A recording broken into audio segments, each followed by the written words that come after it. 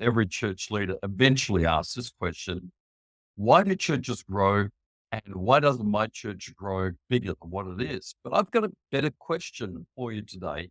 What actually stops churches growing? I want to teach you three things that stop churches growing.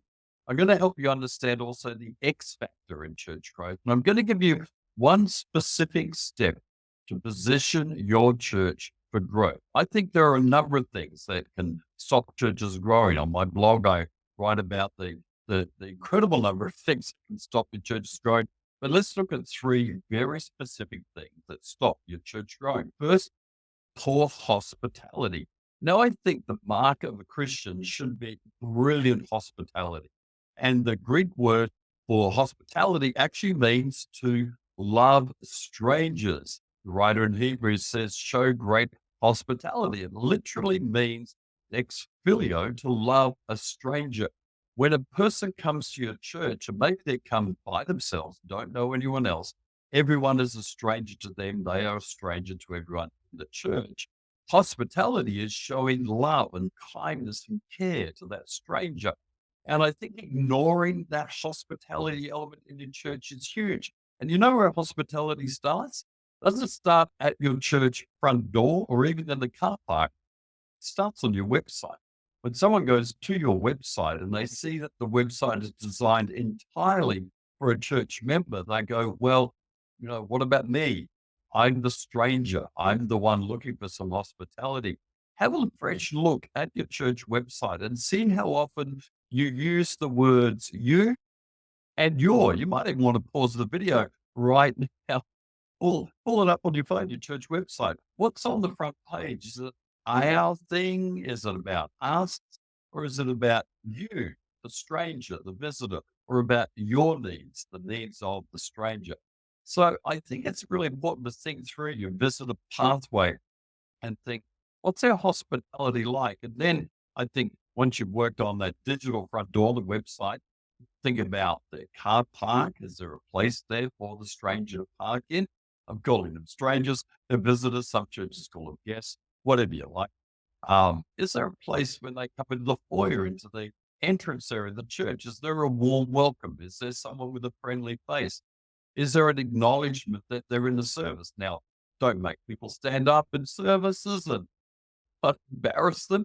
But hey, is there a welcome, a warm welcome to the stranger in the midst? Is there a place for the stranger, the visitor, to connect with someone after the church? All these things are hospitality, and poor hospitality will stop your church from growing.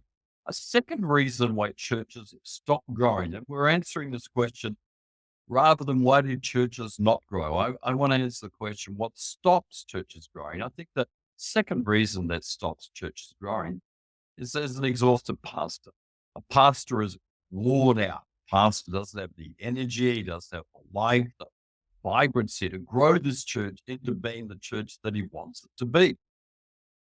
Pastor, can I ask you, and maybe if you're a church leader, maybe just check in with your pastor. Are you having regular downtime each week? Are you operating that sabbatical principle? That's become really popular in the last 5 or 10 years of having a sabbatical break every week.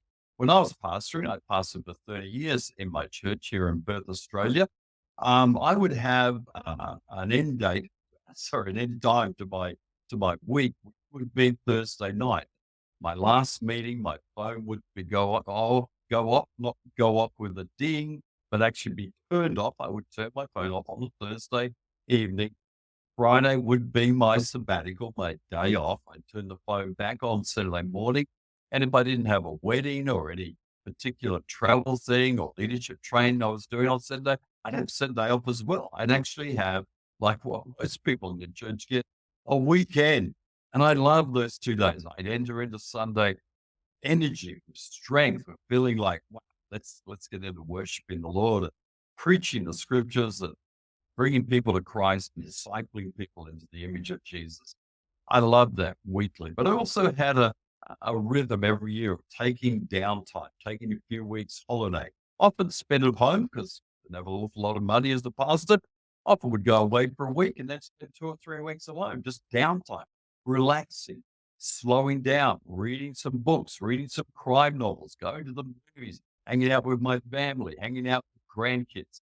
I've been doing all the sort of things that slow you down because if you don't rest, if you don't stop, then your body and your mind and your emotions will force you to stop. And way better to choose to stop fast than force to stop.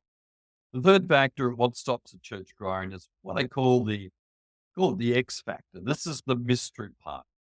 What does the Lord want for our church? I believe churches are like t-shirts. We need all size t-shirts to go as far as I'm concerned. I love mega churches. I love large, medium, small. I love micro churches. I love house churches.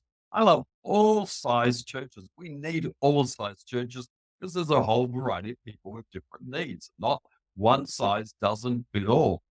You and I go buy a t-shirt together. I love wearing t-shirts. You and I can buy a t-shirt together. You might need a different size. There's no point the shop assistant going and say, we've only got one size, got to fit you. That's it. Take it or leave it. Well, I'll probably leave because I want something that fits me.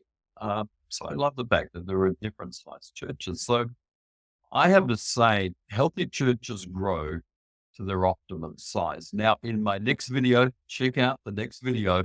I unpack this whole deal of what is the optimum size of your church. How do you work out? How do you determine what is the optimum size of your church? So there you go. 3 factors that stop your church growing. Answering the question, what stops your churches growing? Poor hospitality, an exhausted pastor. And that's just the answer. What does God want to do in your church? Now, at the description down below, there's a 3-minute quiz that I've got that will help you position your church for growth. This is a great quiz. You'll get immediate feedback on your visitor pathway, on some aspects of your hospitality, and how you handle your visitors. Take that quiz in the description below. It only takes 3 minutes and you'll get some immediate feedback and also some extra resources from myself to help you grow a healthy church.